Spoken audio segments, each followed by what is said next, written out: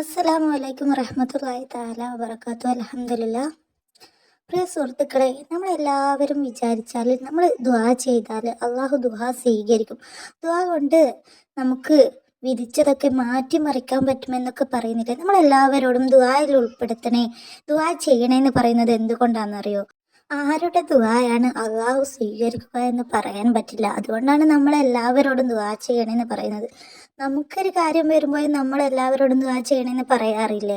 അതുപോലെ തന്നെയാണ് മുസ്ലിങ്ങളെ, വിശ്വാസികളെ, നമ്മൾ മറ്റുള്ളവർക്ക് വേണ്ടി ദുആ ചെയ്യണം. മറ്റു മുഅ്മിനീങ്ങൾക്ക് നമ്മൾ ദുആ ചെയ്യണം. നമ്മുടെ മുത്തുനബി നമ്മളെ പഠിപ്പിച്ച ഒരു കാര്യമാണ്.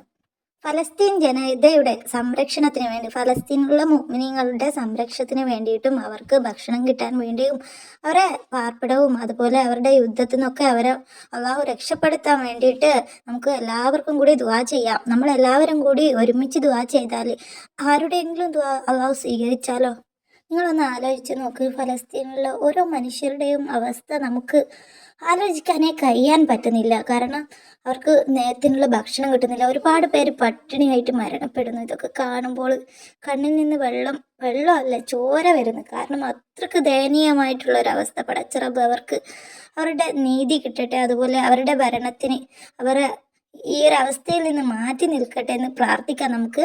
അതിനുവേണ്ടി എല്ലാവരും സൂറത്തുൽ ഫീല് ഒരു 11 വട്ടമെങ്കിലും നിങ്ങൾ പാരായണം ചെയ്യുക. എന്നിട്ട് അള്ളാഹുവിനോട് മനസ്സറിഞ്ഞ് ആത്മാർത്ഥമായിട്ട് ആ ഒരു നാട്ടിലുള്ള മുഅ്മിനീങ്ങൾക്ക് വേണ്ടി ദുആ ചെയ്യുക. നിങ്ങൾ ഓരോരുത്തരും പാരായണം ചെയ്യുകയും അതുപോലെ ഈ ഒരു വീഡിയോ മറ്റുള്ളവരിലേക്ക് ഷെയർ ചെയ്യുകയും ചെയ്യുക. നിങ്ങൾ കാരണം മറ്റുള്ളവരും ചൊല്ലിയാലോ ഈ ഒരു വീഡിയോ അവരിൽ എത്തിയാൽ, ഈ ഒരു സൂറത്ത് നമ്മൾ പാരായണം ചെയ്താൽ നമുക്ക് യുദ്ധങ്ങളിൽ നിന്ന് വിജയം കിട്ടും. കഅബ പൊളിക്കാൻ വേണ്ടി അബ്രഹത്ത് രാജാവും കൂട്ടരും വന്നപ്പോൾ പടച്ച റബ്ബ് ഒരു പക്ഷിയുടെ കയ്യിൽ നല്ല തീ പോലത്തെ കല്ലൊക്കെ കൊടുത്തിട്ട് അവരുടെ തലയിലൊക്കെ ഇട്ട് കൊടുത്തിട്ട് അവരെയൊക്കെ ഒരു നിമിഷം കൊണ്ട് നശിപ്പിച്ചിട്ട്, അതുപോലെ നമ്മൾ ഓരോരുത്തരും ചൊല്ലിയാൽ ഇത് ഒരുപാട് കോടികളാവും. അപ്പോൾ ദുആ ചെയ്താൽ പടച്ച റബ്ബ് സ്വീകരിക്കും. അവരുടെ യുദ്ധത്തിൽ അവർക്ക് വിജയിക്കാൻ കഴിയും. അതുപോലെ അവരുടെ സംരക്ഷണത്തിന് വേണ്ടി നമ്മൾ ദുആ ചെയ്യുക. ഓരോ മുസ്ലിം ജനതയും അവരുടേതായ സംരക്ഷണത്തിലും അവർക്ക് ഭക്ഷണം കിട്ടാനും വേണ്ടി നമ്മൾ ദുആ ചെയ്യുക. പടച്ച റബ്ബ് അവരെ കാക്കട്ടെ.